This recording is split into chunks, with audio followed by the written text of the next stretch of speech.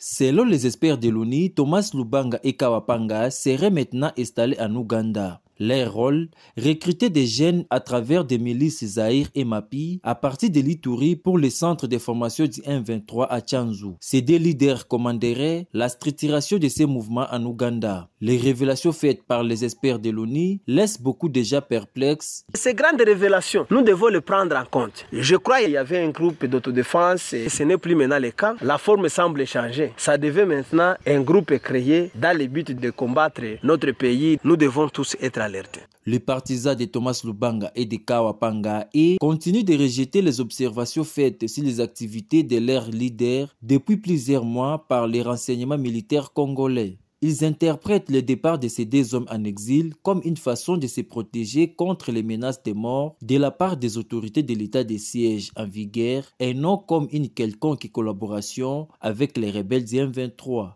Ça, ce sont des discours d'autosatisfaction parce que Thomas Lubanga n'a pas le niveau de rejoindre les groupes armés. C'était Messi qui a toujours milité pour la paix et nous n'avons pas une seule seconde de rejoindre les forces négatives contre la République démocratique du Congo qui est notre pays, nous tous.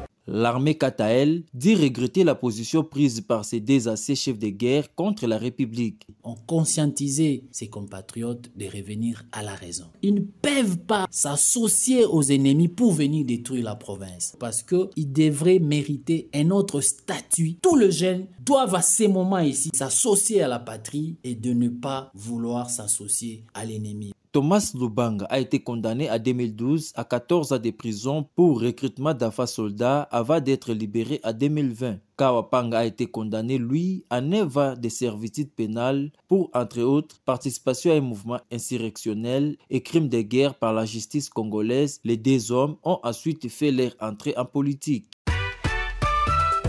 DW Info Matin.